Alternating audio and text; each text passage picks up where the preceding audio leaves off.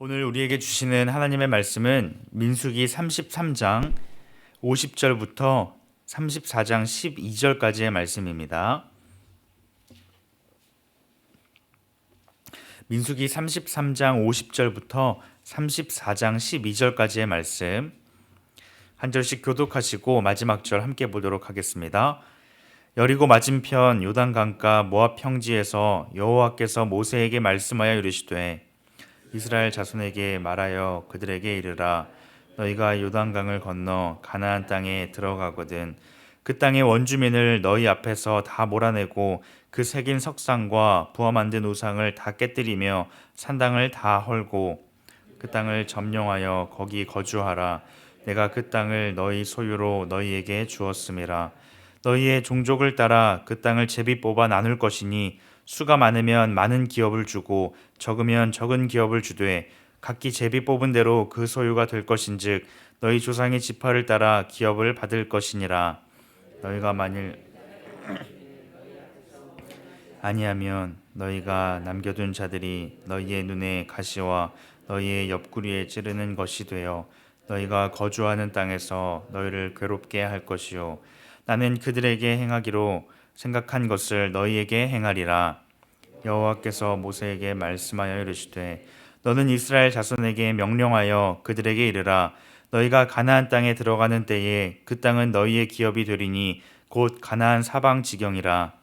너희 남쪽은 에돔 곁에 접근한 신광야니 너희의 남쪽 경계는 동쪽으로 염해 끝에서 시작하여 돌아서 아그라빔 언덕 남쪽에 이르고 신을 지나 가데스 바네아 남쪽에 이르고 또 하살아다를 지나 아스몬에 이르고 아스몬에서 돌아서 애굽 시내를 지나 바닷까지 이르느니라. 서쪽 경계는 대해가 경계가 되나니 이는 너희의 서쪽 경계니라. 북쪽 경계는 이러하니 대해로서부터 까지 그어라. 호르산에서 그어 하맛 어귀에 이르러 스닷에 이르고 그 경계가 또 시브론을 지나 헤살라나니 이르니 이는 너희의 북쪽 경계니라. 너희의 동쪽 경계는 하살레난에서 그어 스밤에 이르고 스밤에서 라블라로 내려가서 아인 동쪽에 이르고 또 내려가서 긴네렛 동쪽 함께 보겠습니다. 그 경계가 또 요단으로 내려가서 염해에 이르나니 너희 땅의 사방 경계가 이러하니라. 아멘. 하나님께서는 이스라엘 백성들과 언약을 맺으시고 그 약속에 따라 그들을 인도하여 가셨습니다. 오늘 본문에는 하나님께서 두 가지 약속을 하시고 그 약속을 이루어 가십니다. 약속에 신실하신 하나님께서 이스라엘 백성들과 맺으신 언약의 말씀이 무엇인지 함께 살펴보고 오늘 우리에게 요구하시는 그 말씀이 무엇인지 함께 말씀을 통해 살펴보고 순종하는 우리들이 되기를 소망합니다. 하나님께서 우리에게 요구하시는 것이 무엇입니까? 첫째로 믿음으로 싸우라는 것입니다. 믿음으로 우리는 우리의 싸움을 싸울 수 있어야 합니다. 우리의 싸움은 하나님의 말씀에 순종함으로 나아가는 담대한 싸움입니다. 우리의 생각과 또 우리의 경험으로는 또 우리의 힘을 의지하여서는 싸울 수 없고 싸워서 이길 수조차 없습니다. 하지만 이 싸움은 우리의 힘으로 우리의 능력으로 하는 싸움이 아닌 하나님께서 주시는 그 믿음으로 말씀에 순종함으로 담대하게 싸우는 싸움입니다. 오늘 본문 말씀에는 이스라엘 백성들에게 하나님께서 가나안 땅에 들어갔을 때에 그때 일들에 대하여 말씀하십니다. 52절과 53절 말씀에 보면 하나님께서 이렇게 말씀하십니다. 그 땅의 원주민을 너희 앞에서 다 몰아내고 그 새긴 석상과 부어 만든 우상을 다 깨뜨리며 산당을 헐고 그 땅을 점령하여 거기 거주하라. 내가 그 땅을 너희 소유로 너희에게 주었음이라. 그 땅에 살고 있는 그들과 타협하여서 너희가 살 땅을 잘 마련해봐라 말씀하지 않으셨습니다. 그 땅에 사는 사람들을 다 몰아내라 말씀하십니다. 그리고 그 땅에 있는 모든 우상들을 깨뜨리고 산당을 헐 것을 말씀하셨습니다. 하나님께서 이스라엘 백성들에게 이렇게 말씀하신 이유가 무엇입니까? 그들의 어떤 힘이나 능력이나 소유의 넉넉함으로 그렇게 말씀하신 것이 아니었습니다. 하나님께서는 내가 그 땅을 너희 소유로 너희에게 주었음이라 라고 말씀하시고 약속하셨기 때문입니다. 하나님 자신이 그 땅을 주시겠다라고 약속하셨기 때문에 그 땅을 점령하라는 것입니다. 이스라엘 백성들에게 요구되는 것은 무엇입니까? 그 땅을 점령하기 위해서 힘을 키우거나 전쟁에 능한 사람들을 뽑으라는 것이 아니었습니다. 하나님의 약속을 기억하며 믿음으로 나아가라는 것입니다. 그들은 믿음으로 그 싸움을 싸우는 것입니다. 하나님께서는 오늘 우리에게도 믿음으로 살 것을 말씀하십니다. 믿음으로 담대하게 이 땅에서 싸울 것을 말씀하십니다. 우리는 악한 세상 속에서 구별되어서 믿음으로써 살아가야 합니다. 그런데 그렇게 살면 살수록 어떻습니까? 말씀대로 살았더니 성공하고 말씀대로 살았더니 우리 삶에 기쁜 일들만 가득하였나요? 오히려 우리의 삶은 점점 더 힘들어지는 것 같고 점점 남들보다 뒤처지는 것 같은 그런 느낌을 받으며 살아갈 때가 우리 가운데 있습니다. 실패와 같은 인생을 살아가는 것처럼 보입니다. 주님 앞에 말씀대로 순종하면 할수록, 헌신하면 할수록 내 삶은 점점 더 손해보는 것 같고 남들은 더 뛰어난 자리 가운데 올라가는 것 같지만 우리는 그렇게 되지 못하는 것 같아 점점 불안과 초조와 염려 가운데 살아갑니다.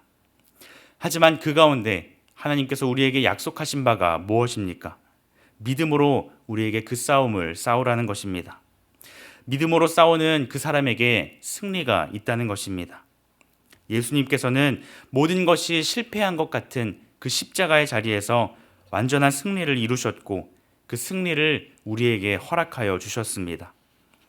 우리가 처한 상황 가운데에서 우리는 약속의 말씀을 기억하며 하나님을 바라보며 믿음으로 싸울 수 있어야 합니다.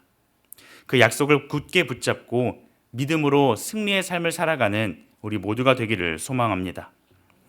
둘째로 하나님께서 우리에게 요구하는 것이 무엇입니까? 모든 것을 하나님께 맡기라고 말씀하십니다. 하나님께서는 그 땅을 점령하고 차지했으면 이제 그 다음으로 그 땅을 공평하게 분배할 것을 말씀하고 계십니다. 그냥 그 땅 전체를 주시면서 너희끼리 알아서 잘 나누어라 말씀하지 않으셨습니다. 하나님께서 친히 그 가운데 개입하시고 하나님께서 원칙을 세우셔서 그 땅을 분배하라고 말씀하십니다. 그리고 그 땅의 책임자를 임명하라 말씀하십니다. 그 땅에 대하여서 그 땅을 나누는 그 백성들에 대하여서 하나님께서는 세밀하게 역사하고 계십니다. 그 땅은 미리 정해진 하나님께서 약속하신 약속의 땅이었습니다. 그리고 그 모든 과정에서 하나님께서는 함께 하시며 공평하게 그 땅을 나누십니다. 하나님께서 세우신 원칙이 무엇입니까? 제비를 뽑는다는 것이었습니다. 제비를 뽑는다는 것은 모든 것을 하나님께 맡기는 것입니다. 하나님께서 허락하신 땅이기에 하나님께서 공평하게 자신들에게 나누어 주실 것을 믿고 맡기는 것입니다.